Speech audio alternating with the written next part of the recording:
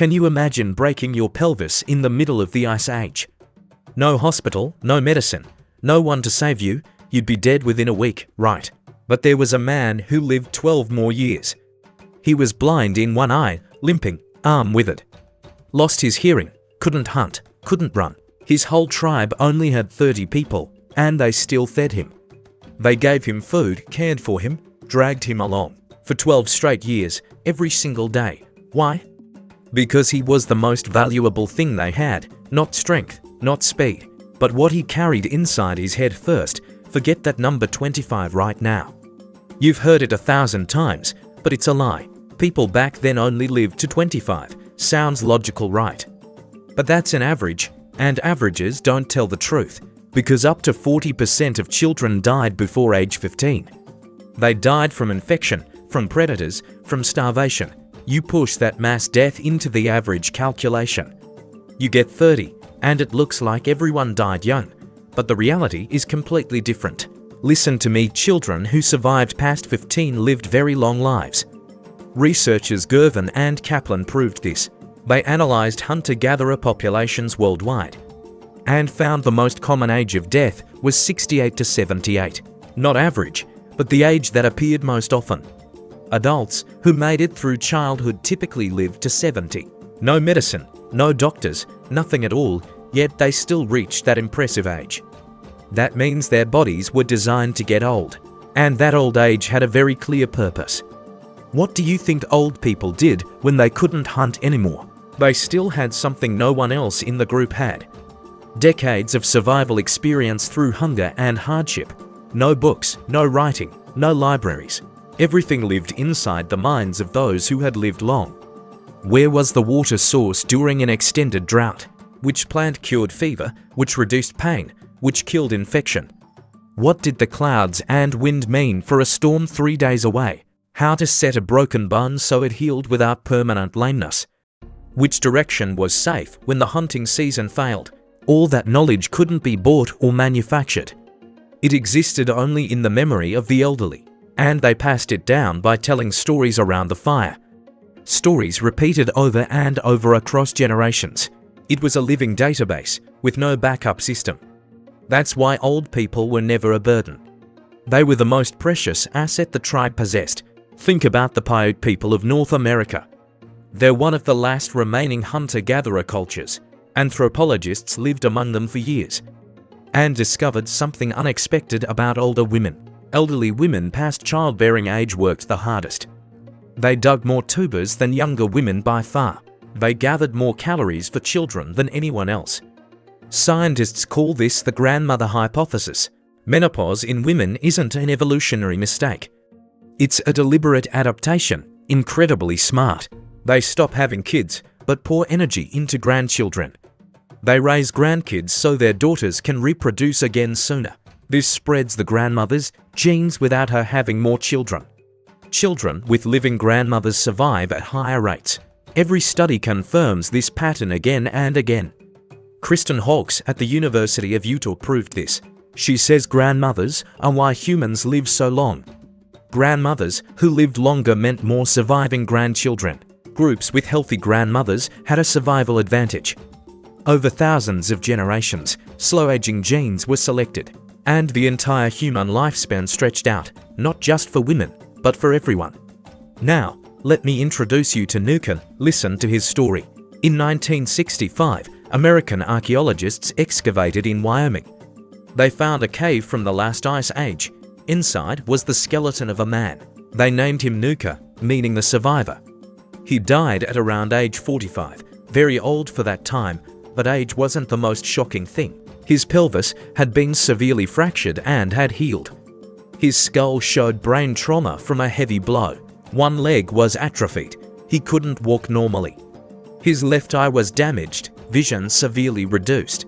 He couldn't hunt, couldn't run, couldn't throw a spear. By every measure, he was a huge cost to the tribe, and they still fed him for 10 to 12 years. His bones show the injuries healed long before his death. He didn't survive alone, he survived because of the group. The group could have left him behind to move faster, but they didn't. They cared for him every single day, in a group of only 30. Every calorie was precious. They devoted resources to this one broken man. Why? Because he carried irreplaceable knowledge. Nuka isn't rare in the archaeological record. Other remains across North America show the same pattern: healed broken bones, managed degenerative conditions. People who should have died within weeks survived. They were practicing a form of early medicine. Not surgery, but conscious care and attention. They recognized who was suffering and did something to help. Fossil evidence shows they used medicinal plants.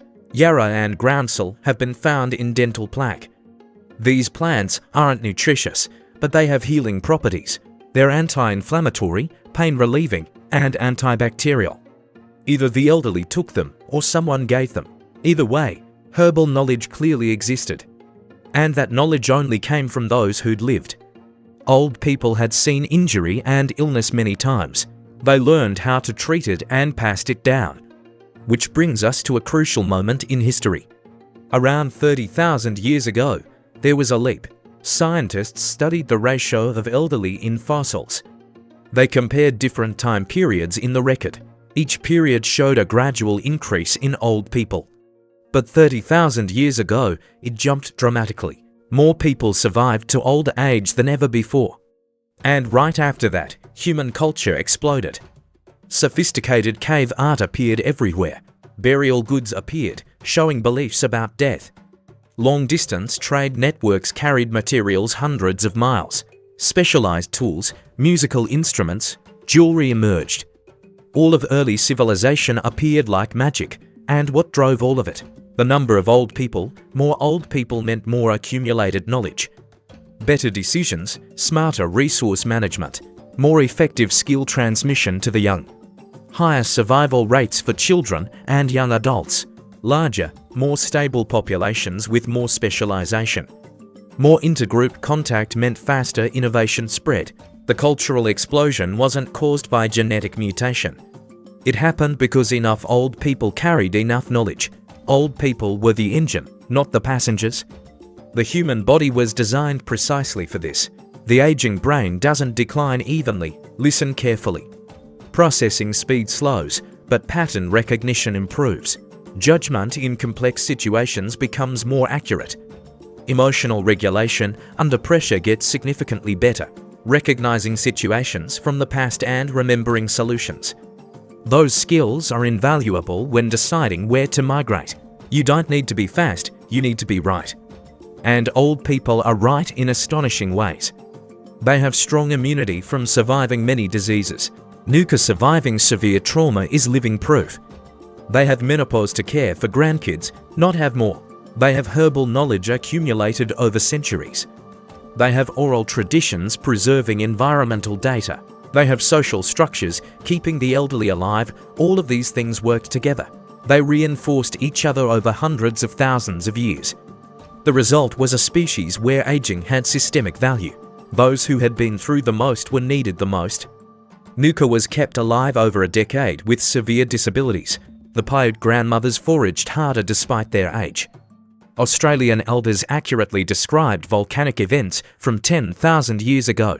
Not one reason, but all of them combined. They survived because the group chose to keep them, and the group kept them because of the knowledge in their heads. Nothing else in the world could replace that. That created selective pressure on social behavior. Protecting the elderly became a survival instinct. It selected for people who aged slower and wiser. They lived longer, accumulated knowledge, trained successors. Each generation added a layer. The loop tightened. By 30,000 years ago, enough elders triggered the shift. Culture exploded because they were finally there. There's an old view that old age is the finish line. The body stops working and the world moves on. But the truth is old age was the most important destination. If you were lucky and resilient and surrounded by love, you reached old age and spent years giving back. Not a burden, the entire point of it all. Ancient people understood that, do we? Think about the older people in your life right now. They're carrying a treasure inside their heads. Don't see them as outdated or slow. They are Nuka. They are the living database. That is the real story of humanity. If this video made you think differently about the elderly, leave a comment. Tell me about an elder you respect. And don't forget to subscribe to the channel, because there are more stories about our ancestors waiting. Thank you for staying until the very end.